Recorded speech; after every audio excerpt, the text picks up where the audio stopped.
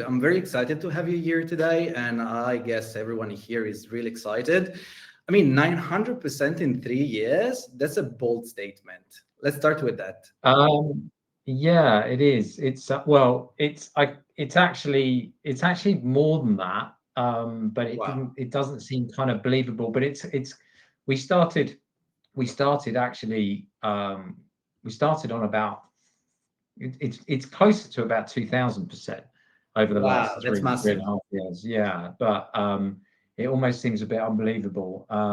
That's revenue growth as well. It's not profit growth or anything like that. So that's in this direct to consumer e-commerce game realizes that those, the profit and the revenue are very different in terms of the way they make you feel and what the numbers look like. In many respects, they're too close together a lot of the well, they're too far apart a lot of the time, I should say. They need to be closer together. But yeah, so that's yeah. Amazing. I mean, that's a very big milestone, right? And last time we spoke, you told me that you almost reached like a very important milestone revenue wise, right? Yeah, so we started. So when I came into the business, so I came into the business about 3.5 years ago or so, nearly 4 years ago now. And FitKit was founded by a very old friend of mine called Jeremy Carson, and he was in the product development game in companies like Danone and Nestle, and he had launched this FitKit brand because he spotted a gap in the market for essentially a workout recovery toiletry brand. That's really what it was. And he got the product stocked in UK retailers. So we were in Waitrose, we were in Ocado, we were in Holland and Barrett, we were in Whole Foods, I think it was, and then COVID hit, and it really just totally decimated the business. People weren't browsing because it was a product that you would be browsing around the supermarket, at the grocery store, and you'd see it on the shelf and you'd purchase it.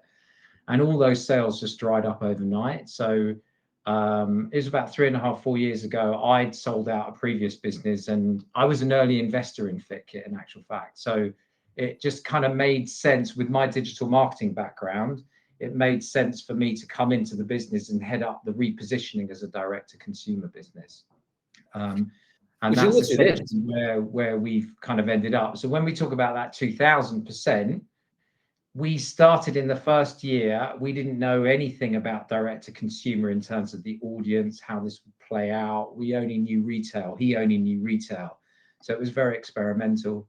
So it was about 30 to 40 grand's worth of revenue in that first year. But that was a long answer to say, yes, we hit the milestone of 1 million revenue in 2024. And now we're looking to take it to the next level, essentially. Wow. So, I mean, it wasn't an easy task, right? So, like coming in and also like moving the business from, like a distribution or wholesale distribution, like to like a D2C, direct to consumer, so online. It's kind of hard. Yeah, there are like a lot of dynamics. Can you give us a snapshot of what the business looks like today in terms of, product, audiences, where the growth is coming from, just to set the context about, yeah, Yeah. what is the brand now? So now we primarily have what we call it two audiences, two markets. One is what we call the self-user market, which is pretty self-explanatory, people that are purchasing it for themselves, for their own use. But over the last 3 years, we discovered a massive gifting market. So people that are buying it for somebody who's into fitness, sport, exercise. So those are the two markets that we primarily serve, really. The range has grown from what was, a couple of shower gels and a kind of functional shampoo into a range of, I think we've got about nine products now with moisturizers. We got 3 moisturizers: CBD, magnesium, and electrolyte. We still got the shower gels, and we're looking at the next stage, which is a couple of interesting products which we're launching before Christmas, which again, slightly kind of disruptive, if you like, in this toiletries market. So the primary growth channel really has been Facebook ads, meta ads, essentially. Okay. That's really where the focus has been, and then that's kind of backed up by email. Okay, that's very interesting. So before we move on, I would just want to encourage like anyone in the audience, if you have questions, we're gonna have just pop it in the chat. We're gonna do our best to reply to all the questions. We're gonna have 20 minutes Q&A sessions at the very end. So like, feel free to don't hold back, and we'll be happy to answer at the end. So when we talked, right? So Brand, you mentioned that if you think about like who your audience is, you got these two main audiences, right? So there is a sort of self-serve gym user, gym goer, right? And then there is a gift buyer. So not people that are actually buying for themselves, but they are gifting it to someone else. That's very different, right? So could you walk us through how those those personas, those different type of buyers emerged? How did you realize that you had different type of Well, it's buyers? interesting because I'll firstly jump back a couple of steps. The brand was originally created really to serve a male audience. That was really what it was. But when you're going, and I don't have any experience of retail, which is what Jeremy, the founder, that's where his primary channel was. But you don't get to know who this customer is. You don't really know unless you're going into the supermarket, the grocery store, and seeing them take it off the shelf, or you've got some kind of mechanism to contact them. You don't know who this customer is. So it was very much a case of really trying to get an understanding through trial and error of who the customer was and who was buying this thing. And I think we eventually, well, in short answer to your question, it's about collecting as much data as possible and looking into as many different kind of data rabbit holes, if you like, as possible in terms of who your buyer is. So we would do things like over the course of the last 3-4 years, we would do quizzes, post-purchase customer surveys. We'd look at the Facebook ads data. We would ask people. We would actually look at who's purchased twice, set up a call, have a conversation with them. So lots of comments on posts, reviews. The product reviews from Judge.me have been massive in terms of seeing, it's like anecdotally who are buying these products that we're selling, really. So lots of different places where we're looking for insights into who the buyer is, really. And one of the biggest kind of discoveries for us was that actually our self-user buyer was actually older than we thought it would be. It's actually ended up being a 35 plus male and female, whereas we thought we were targeting under 35, under 40-year-old. It turns out that isn't the case. And it does make sense because the product has a function. It's a functional product. It solves a problem for somebody that is working out and needs a solution to muscle fatigue, etc., etc. So in generally, the older audience tend to feel fatigue in the body a lot more than a younger audience does. And also, So it's the best. I would say it's the best like product for gifting, but we will get there. We will get there. Yeah. I think just a comment on that. No, it's really impressive. First of all, I mean, first of all, as a marketer and as a founder, understanding the audience is very much important. So, and the fact that you also had this approach, which was not only like quantitative but also qualitative, and trying to understand who your audience was, I think it's a winning approach. We do it as well. We do it in Judge.me, and because we want to know our customer inside out.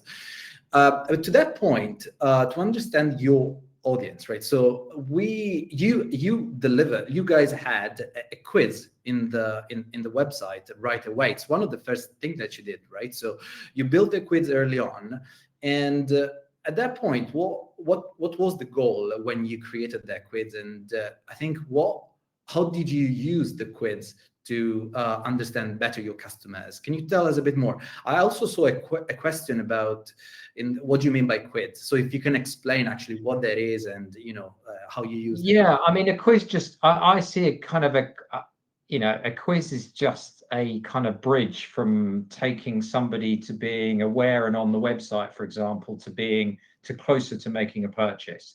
So it's about some sort of self-discovery for that prospective customer to turn them into a customer. That's traditionally what a quiz is used for, I guess you like, in online marketing. Ours was, I call it a quiz, but if we had a large range of kind of products which were we don't have enough of a range to really delve deeply into the issues that people have to then suggest one specific product, because we don't sell one specific product to people. Generally, people buy a bundle of products, whether it's a curated bundle or they drop a number of different products into their cart. What we used the quiz for was just to ask them a number of different questions so that we could give them a product recommendation, in quotes. Actually, in reality, the product recommendation was one of our 3 bundles, because but we used that quiz to collect information about them as a customer.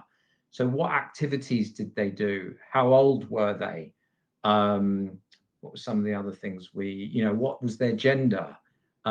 So just picking up, what kind of things do they do for recovery at the moment? So we could just pick up a few insights from the customers without kind of overt the idea was to give them some value, because at the end of it, they were going to get a product recommendation and we were going to get some data off the back of it. So that was really where we started to kind of uncover who this self-user customer was. Amazing. And I think we can also pop some like an example on screen, right? About the product quiz. About which one was that? The product quiz, yeah? Oh, the product quiz, yeah. Yeah, shall we? Right. Yeah, go for it. Yeah, so you've got so this is just a few questions of the product quiz, and it's really not anything complex or hugely sophisticated. It's basically just asking a few questions of, have you purchased from us in the past? Sport or activity? There's a couple of others which we haven't got on here, which is about age and what you'd previously done in terms of what you do at the moment in terms of recovery from sport, workout, exercise. And then at the end, we give them just entice them to give us their email address with a 15% discount. Amazing. Yeah, and that's working, right? So I think this helped you guys understanding who you were selling to, and also you used the understanding about your persona into your marketing mix. So we're gonna touch on that in a second. I can see there is a lot of questions about reviews. Thank you for asking these questions. Thank you for the audience to ask these questions. We're definitely gonna talk about reviews, and Brad has very good insights about how to use reviews. So we'll touch there in a second. Brad, to your point, right? So with this information, so you understand your audience a bit better. So how did you use then this understanding or this understanding about your personas, right? So you mentioned about your marketing mix, like meta ads are like a big part of it. Can you tell us a bit more, like how you are using your meta ads and how you use how did you apply the understanding of your audience into your ads? Yeah, well, firstly, we kind of obviously understood that this, what's the demographic and what do these people, what does this customer do? And it transpires, as I mentioned before, that they were 35 plus. Generally, they were actually a little bit swayed towards female, so 60-40 in favor of female. And we essentially went, okay, well, look, this is who the demographic is. What are their habits around? What do they suffer? Essentially, what are the problems that they're having that is driving them to buy our product? and what activities are they actually doing. And it turned out that, because when we asked what activities do you do, it was about 65% were gym. So immediately we had a sense of, okay, well, this is a 35 plus male and female gym goer. Secondary to that was that they were a runner. So we knew that about 80% of our customers were male, female, 35 plus, either gym goers or runners. And that immediately then we went, okay, well, let's go and now have a look at what kind of issues and problems and pains do they have around running and in the gym. And then at that point, you've kind of got the whole internet to go and discover everything. I mean, this was before AI. You can do all of that in about 10 minutes now, you know, in terms of the research. But this was like 3 years ago, before the LLMs were in place. And that was a case of going on to places like going on to you know, YouTube comments, looking in some of our, well, at that point we didn't have enough comment data in the Facebook ads, but going on to YouTube, going on to Reddit forums, going on to all these kind of fishing holes of information where our avatar hung out, essentially. That was really how it, and then what we did was we took that and we applied that into Facebook ads. And when you start running like meta ads, right? So can you share a bit more about, so how did you, for example, like one of the questions that like often comes up is, how do you build the creative for an ad? Like how you make it work, how you test it. So I believe that you made a lot of those tests, right? When you start getting an understanding of your audience. Yeah, well, we've got some of our kind of early ads, and our early ads were, I don't know if you want to throw those up there, but yeah, some of our early ads were pretty generic. You know, this is like just in Canva. You know, I'm no designer or creative strategist, but I was a media buyer, essentially. That was my skill, and a media buyer slowly became, you know, less important to becoming, you know, an in-house creative strategist. And this is the best that I could come up with about 3.5 years ago. But you'll notice the messages on here are quite generic. You know, stay on track with your workout regime. You know, they're basically features and benefit ads, really. So they weren't particularly effective in terms of drawing our audience in by engaging with them based on what pain or problem that they had. So where we've ended up now, I mean, I'm going, you know, 2-3 years ahead. The ads that we currently have now are much more of a reflection of understanding the market better. So we clearly, this is just a couple of examples. We clearly saw that this is a screenshot here, the restless legs keeping you awake. We found out that runners suffer from restless legs, and I'm a runner, but I didn't know I had restless legs, but I do. It wasn't a phrase that I even knew as a runner. But it turns out that runners do suffer, because I wasn't suffering from it, but runners suffer from restless legs. And we found that if I remember correctly, I was just looking at some running blog or looking at some YouTube comments from a running guru, and I saw restless legs come up time and time again. It was like, okay, this is interesting. Let's test it. So, and then this other one, which is feel the Epsom salt magic. Again, we found out that people were using Epsom salts. So this is like where they were using Epsom salts, but they were struggling with Epsom salts because they didn't have the time to go for a long soak. They thought the scum that came to the top of the bath wasn't particularly pleasant. It was getting, you know, issues running the water away in the bath with the salts. The bag was too heavy. So we kind of just threw some ads together to see if we could say, well, look, you understand the solution is Epsom salts to your problem. Now it's here in a moisturizer, you know. So you know, one is this one with the Epsom salt, the feel the Epsom salt magic, is very much an ad which is to an audience that is aware of a solution and is struggling with it and looking for an alternative.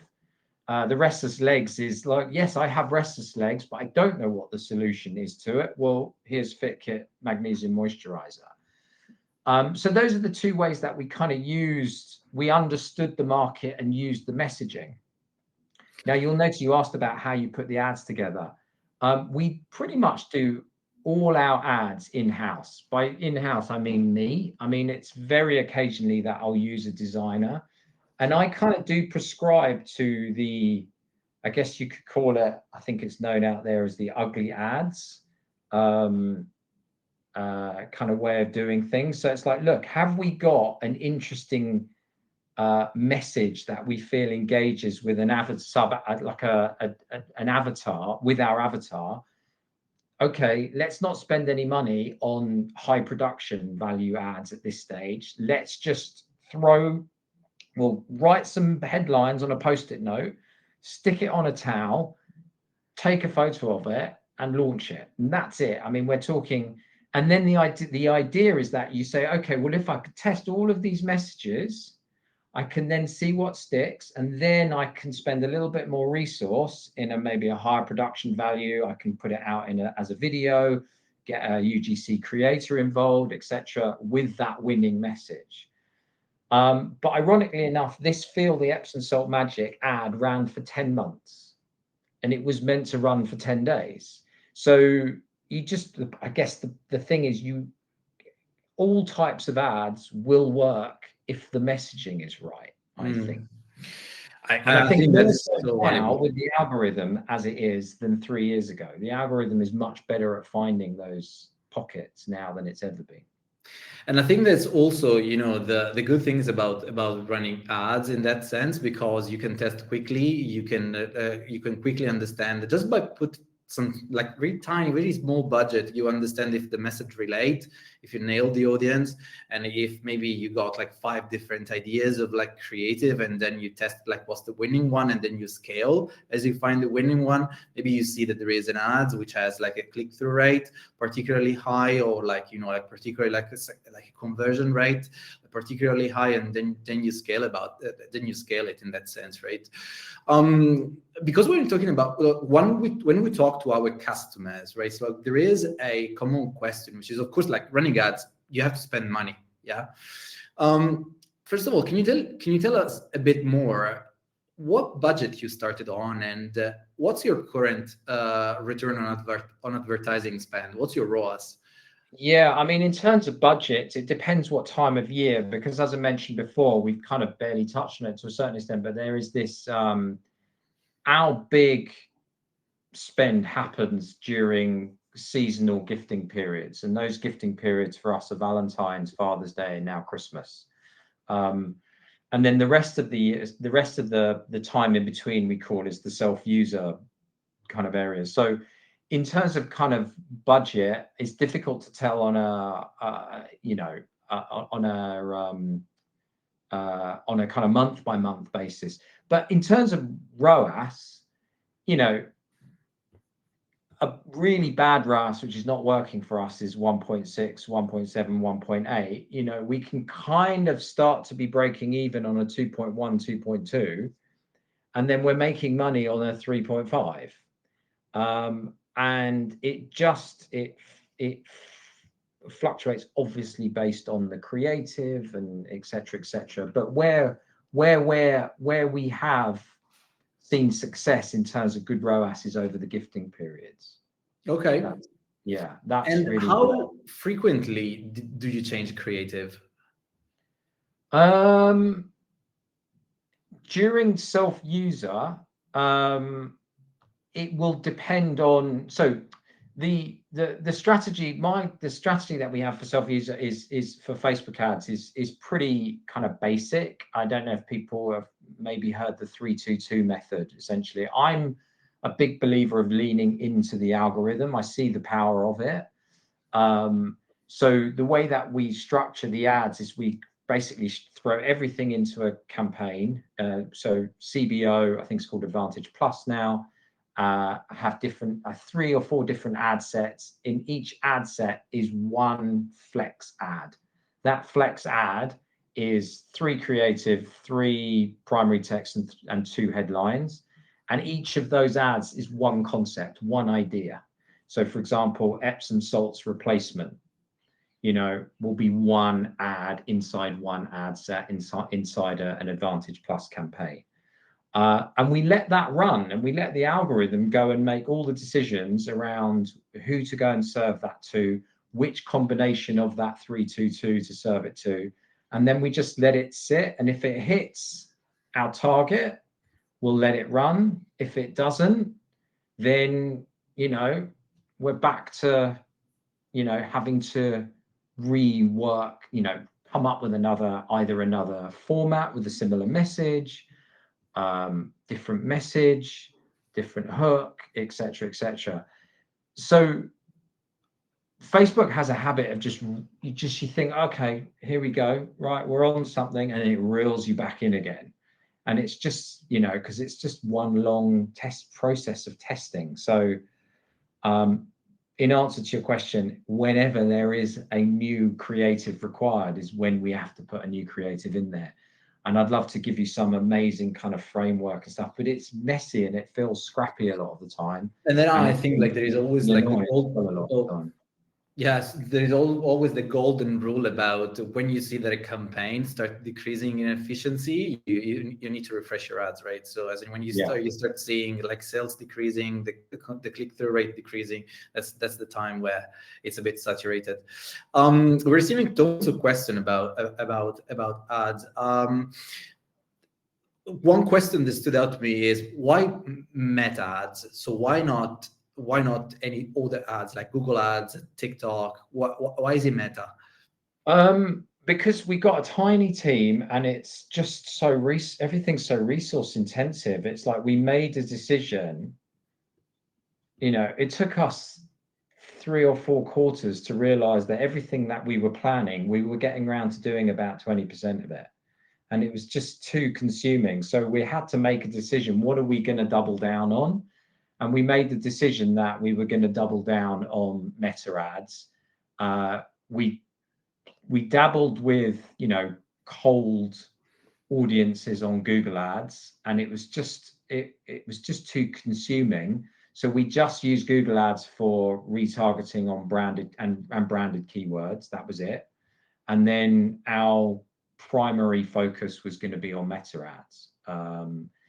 But we have a long list of things that we want to do, but just impossible. I mean, again, it's about like finding the cherry picking the wins, right? So you can't do all of it, especially if you are a small team, right? How many people are in your team, if I may ask? I think I saw that in the one of those questions again. Yeah, I mean, it's me and Jeremy that are full time. So Jeremy's the main founder, and Jeremy primarily deals with, that's me and Jeremy. Plus we have a part-time kind of PhD chemist that helps with formulations and that type of thing.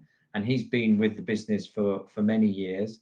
And then we have a very part-time social media manager that just does some organic stuff just to keep our presence there organically. And she deals with the ambassador program. So I have a number of different outsourcers that I use on a contract basis when required. So essentially there's 2 of us full time. And it's that's impressive. I mean, 1 million company with 2 people full time is just in marketing is really impressive. Yeah. Thinking about, okay, so it's interesting because most of your traffic and the initial prospecting, right? What we call prospecting, so find new users, comes from meta ads. But then of course you got a funnel, right? So you try to have these people into a channel you can own, so in your email list, right? So that's when people navigate into your website from a meta ads. They navigate into your website, and this is where there are all these hook that you have in there to capture the traffic that goes into your site, right? So you got, when we talked, I think you mentioned you got newsletter, you got quizzes that you use then to own the traffic. email is a pretty big channel for you, right? So you tend to work a lot with that, and as a, like I would assume, like any D2C brand. But can you tell us a bit more, like how your email marketing engine look like today? So when and your email marketing ties into your acquisition funnel. So our email is, well, in terms of kind of like, let's call it kind of first party data is the kind of the phrase, isn't it? So yeah, the first party data is important, which constantly, I mean, I'm deeply rooted internet marketer, right? So for me, it's like all about just get their email address, you know. So I have in terms of getting that data in, obviously customers, we have their data. We have data from the product recommendation quizzes, which we've got two, the gift one and the product recommendation one. And we're also looking at, you know, the offer one, which in actual fact, yeah, we've got the pop-up. We're not really talking about split testing, I suppose, but it might be relevant. So once we've got that data, so that those are people that we offer something and get them onto our newsletter list. Once they're on that list, then at that point, they're going to go into they're going to go into the automations, the flows, because we use Klaviyo. So just jumping back up to the top, generally what we're looking at is ideally want people to buy within, you know, a few hours of seeing the ad.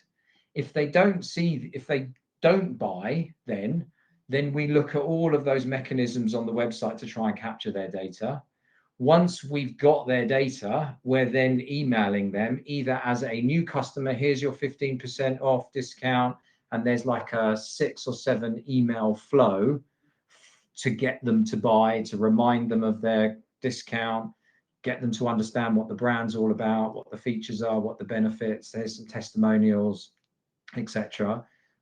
If it's a product recommendation quiz, similar type of thing, we try to basically put them on flows which get them to purchase. And then once they've purchased, they come off those new customer, well, those prospect flows.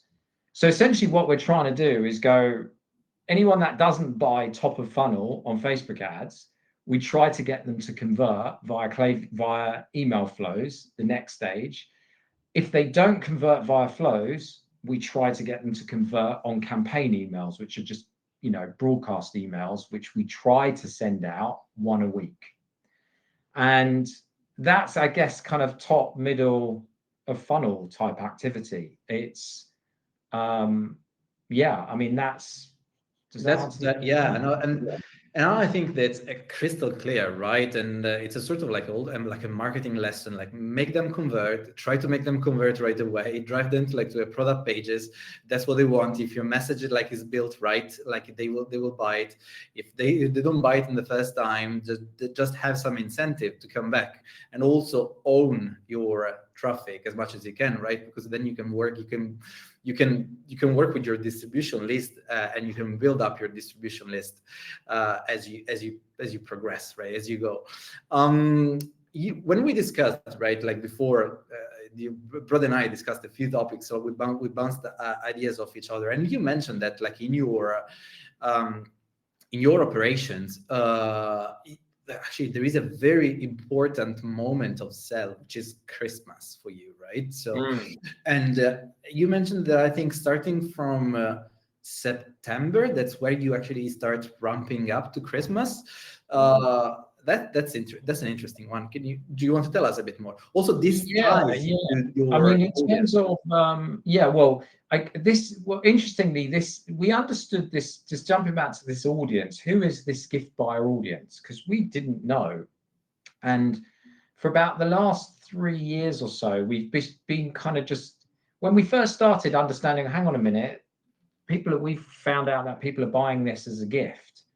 So we started to do in 2022, we started to do a little bit more Facebook ads in terms of gifting. 2023, we ramped it up depending on stock and cash that we had.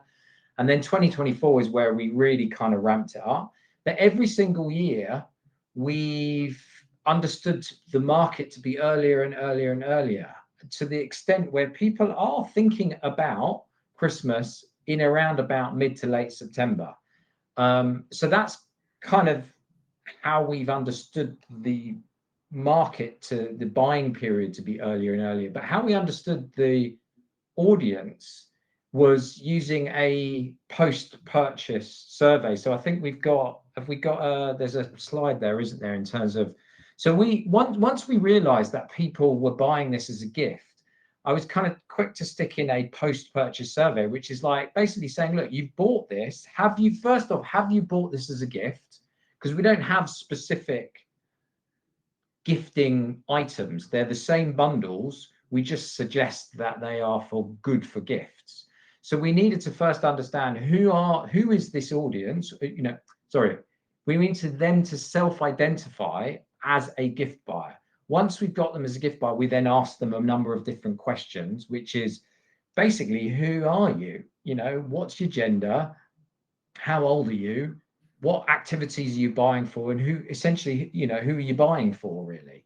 And that's where we discovered that our gift buyer was, a mum, 40+ mum and grandmother, which we didn't think would be the case, and grandmother buying generally for a male family member who's a teenager up to about 28, 29 years old.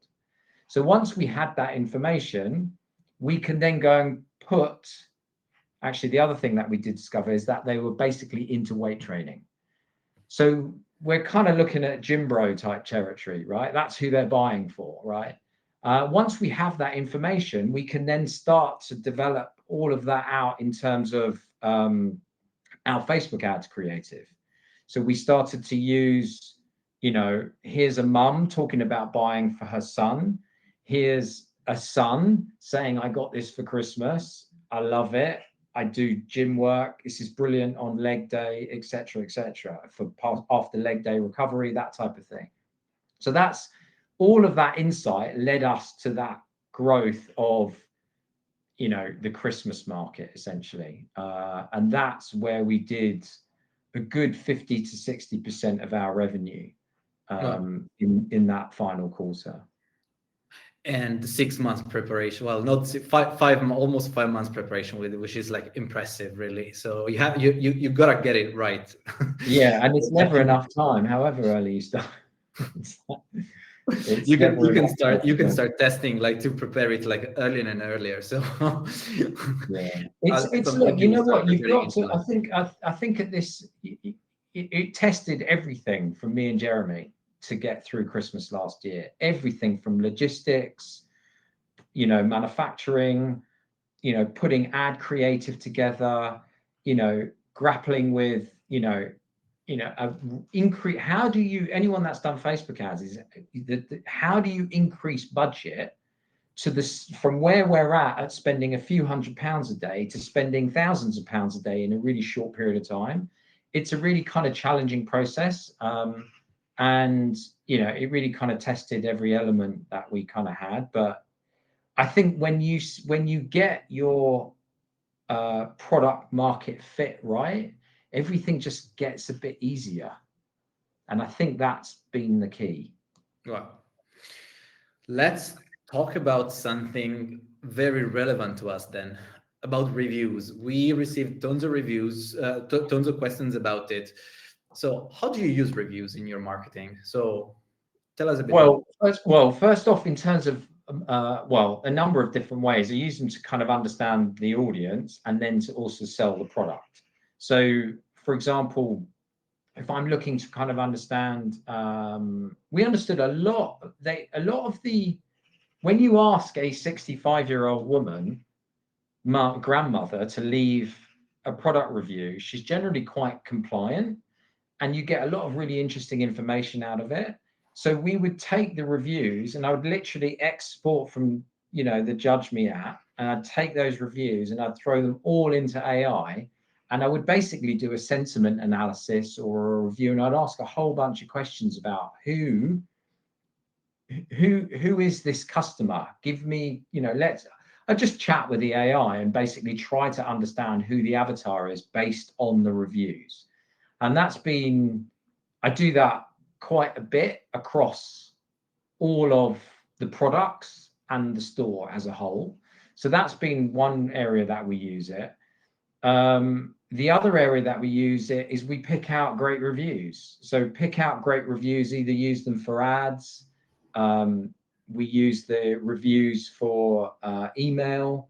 So I'm trying to find specific problems that I know our audience face, and how this, and the solution, and how does this review encapsulate all of that in a couple of sentences from somebody that's purchased the product. That's kind of what you're looking for, really. And the other area that we use them is, I think we've got an example there. I've started using in the last, I don't know, it's actually last Christmas. Yeah, I started to, well, actually, so this isn't on our website yet, but I'm developing out our whole product page carousel. I want to tell the story because people aren't reading. They're not going. I think you struggle to get people to scroll the page. If anyone's ever looked at any analytics or, heat mapping, you struggle to get. So actually, I want to tell the story in the carousel, and part of that is we have great Judge.me reviews, and I want to show people that in the carousel at the top of the page. So this is kind of one area that we are now developing out using the reviews. So I use them on here, and I use the star rating and the Judge.me logo on ad creative, at the end of videos, on static ads, so wherever because I do feel as though the Judge.me, I think it's kind of, to me, it feels like it sits alongside Trustpilot these days in terms of people's brand recognition. So I want to capitalize on that. And I think it's so hard sometimes to get attention of your audience, that you want to provide as much social proof as you want, as you can, in order to convert them, right? We do have a few questions there. So Lewis is asking, do you ask customers for product reviews or store reviews, or both? And in that case, how do you go about it? In one email, separate emails? To be honest, I just use we just generally ask for product reviews, and I'd make full use of the functionality inside the app to get the email out. I find it works better than, as well as anything I can create, manually, if you like, on my own. But I haven't used it for store reviews, no. Okay. But we definitely ask for product reviews. Well, it's something that we can do together, Brad. We do have also like a very solid store review functionality. I think that there was another question about reviews.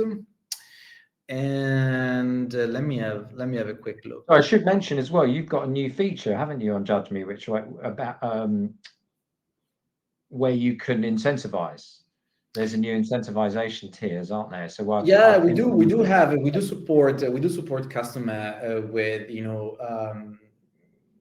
discount, like this. Well, right. Customer can use like discount or referrals, like to incentivize reviews. Tell me a bit more about like what's your approach to generate reviews? As in, like, do you normally have you find out what's the best timeline to send like a review request? Do you use the standard Judge.me settings, or do you incentivize yourself, your audience? How do you do that? Well, just literally, I think I can't remember what the settings is. If X number of days after they purchase, the email request for a review is sent out. On that now is the incentives. So it used to just be, can we have a review? Now it's, can we have a review? If you give us this type of review with an image of the product, etc., you'll get X amount off your next purchase, and so on. So that's, I can't remember exactly what those tiers are that we've got set up, but it appears to be working. It appears to be working well. I'd love to be able to pull out a spreadsheet for you, but I haven't had a chance to do that. It's okay. we do have a question about UGC, user generated content. How do you, that's from Jacqueline. How do you get good UGC? We don't want something too polished, but sometimes real customer footage is weak. It can't actually be used. Yeah, this is the conversation, right? It's I've struggled with that in terms of trying to find that balance. So where do we get the reviews from? We've tried a number of different places. Where I'm currently doing a good place to actually get reviews is, to get UGC creators is Star Now. I found that's a little bit of a hack. I don't know whether that's well known or not. I don't hear about it a lot, but Star Now have a content creators section. So it used to be just people that wanted to be acting and singing and stuff, but actually Star Now, I think it's .com or .co.uk.com. I think it's worldwide. They have a section now where the talent can post their UGC style creator portfolio. So that's been a really good place to go and find some people. We've got a number of ambassadors. Sorry, back to the Star Now. The point about the Star Now is I think they're a little bit more experienced. Obviously, they're actors. Really, that's, I guess some of them are trained, some of them are wannabes, but that's, you've got to, find your right people. But they generally, you want somebody that can, is good with some level of lighting, has some acumen around what lighting should be. They understand where they should stand in a shot. Those people you're not going to find from customers generally. They're just not really there. I've really struggled to get customers to give us any half decent footage. So I think at best from a customer, you might ask them, incentivize them to do some kind of selfie video, which you could throw together as a montage, or you could stick into some kind of a quick cut edit of some description. But yeah, so other than that, Star Now, our ambassadors, Facebook, Instagram Creator Marketplace is an interesting place to go. Again, because they are reasonably adept, as long as you find the right ones, reasonably adept at self-production. And understand you don't want to be doing, it's difficult because you don't want to be doing too much hand holding, because you put a brief out there, you ask them to do XYZ, and they come back and it's like, oh God, I've got to coach them on how to create content, and I'm not sure I've got the time or the energy, and then I'm meant to pay them afterwards. So I think you need to go to places where the ability of that individual to create content on their own is a little bit higher than customers. That's essentially where I that's go. Absolutely great shout. We have a similar question, but I think it captures like a slightly different angle. So I'm gonna follow up on that. So this is a question from Ace. Hope I got the name right. So we've been getting written reviews about our product and how they love our founder for actively being a customer support. But I'd like to encourage social media videos reviews too. How do we do that? So are you actually actively asking for videos in your reviews? No, again, because I've never been able to find that here's a great written review all from a customer. Can you do a great video review that reflects what you're communicating in the written review? I've just never been able to find that balance. I guess, look, it depends how much you want to bend the rules, right? But I guess you could go and take that review, and you could go and get a creator to go and create the review. You're not pulling the wool over anyone's eyes. It's still the same communication. So that's potentially a little bit of a hack. I'm seeing a lot of people doing that with AI avatars, taking real customer reviews and generating AI avatars that speak the reviews. Well, that could be like another like full hour of like webinar and conversation about Yeah. And about about 10 how. hours to get it to make it look half decent at the moment. I think we're a few months away from. I've tried AI avatars, but I think we're a few months away from it looking a bit more fluent. I would normally say 3 years ago, you say you're 3 years away from it, but we're moving so fast on that AI stuff. I genuinely think 3 to 6 months and we'll be there. On the technical side, what I can say, what I chip in on that, and I say that Judge.me actually has a feature to incentivize with a higher discount. So now, I think from last month, if I got this right, we do allow for different level of discount, and you can potentially have a higher discount for video reviews. This is how you can incentivize it. But then, of course, you need to. There's still like the I would say you still have to look into like the quality and understand if that's good enough to add to the website. Yeah. And that's the key, because in a way you wanna offer, you should be offering a higher incentive reward for video, but the risk of the video coming back from a customer not being usable is high, and now you're in a bit of a catch-22. Can we use this? They've done it. I owe them the reward, but I can't use this. So it's a difficult one. It's a difficult one. Nice. Because we have tons of questions also on what we discussed during the during this conversation, I'm gonna change slightly topic there, right? I'm gonna pick some questions about a generic, like your generic success story. I think is let me go through that. So okay, let's pick it on okay, this is very specific on ads. This is from Mike. What time length do you give an ad set to hit the target?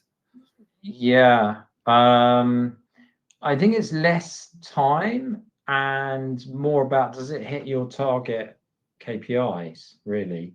So I don't know, let's say your CPA, your cost per result, your customer acquisition, your CAC, whatever you want to call it, is £15, and you're only spending, £25 a day. You're going to take a lot longer to understand whether your CAC, your £15 CPA has been reached or not. So I think it's less about time and it's more about knowing what those KPIs are. What are you prepared to spend to acquire a customer? And I think that's the simplest answer to it. Nice, we take it. That's a very good answer. And there is another question from Scott that he's asking, what is a good click-through rate on your ads? Yeah, that's $1 million question. Look, I'm trying to get anything over 1%, and I'm happy. Really, I look less at the click-through rate. I see those. For me, I separate metrics into lead and lag metrics. So I have a my lead metrics are what is the engagement. So those are the things that I can control.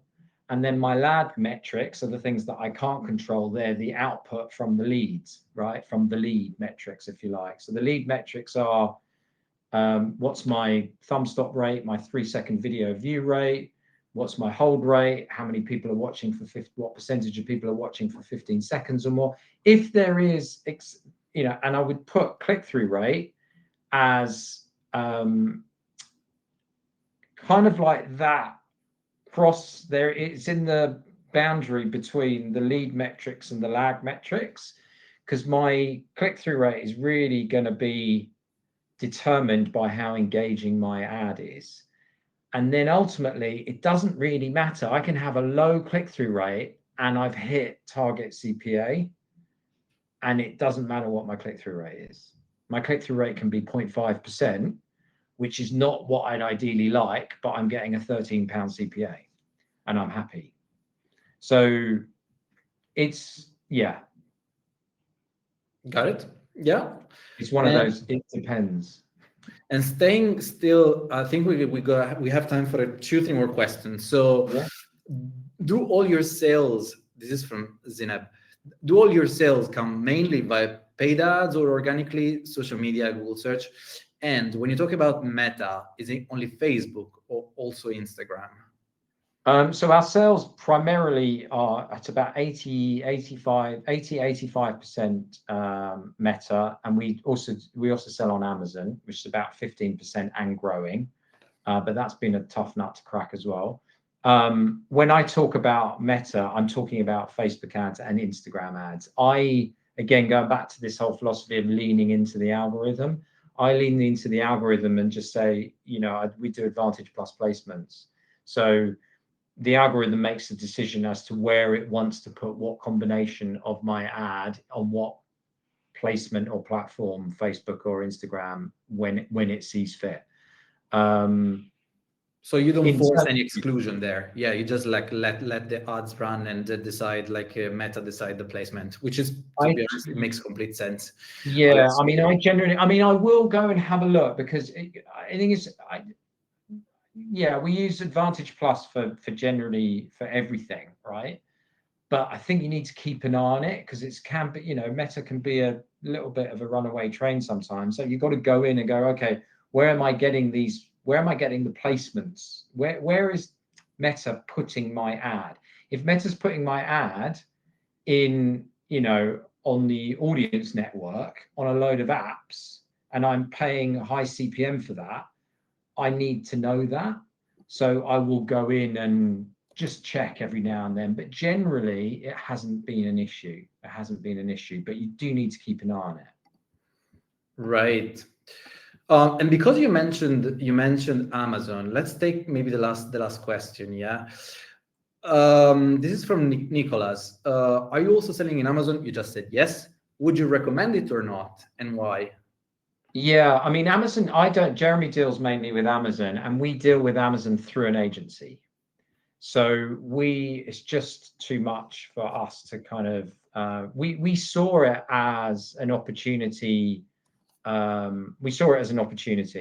And we made a decision to invest some cash in getting Amazon going, and did that through an agency. But I think we're on our third agency. So finding the agency is also tricky. But I know loads, a lot of brands do it in-house, but it is a whole other platform to learn, right? And it's different, because you almost don't, what we find, actually, I'll tell you what's interesting about Amazon. We find that there's a halo effect that comes from Meta ads, spending on Meta ads, and then people will go to Amazon. They don't know our brand, and they'll go to Amazon, which is a brand that they'll know, and they'll go and search for our brand name for FitKit on Amazon, and then they'll purchase. So that tends to be what happens, and we see that more and more over Christmas, where we get a lot more and more first-time purchases. People just feel a sense of they feel a sense of obviously the security with the Amazon brand. But what we've started to do now is we've started to do like a blended ROAS. So we will take our ad spend on Amazon, we'll take our ad spend on Meta, and we'll look at that in relation to the revenue across both of those channels. And there's definitely a halo effect coming from Meta ad spend onto Amazon.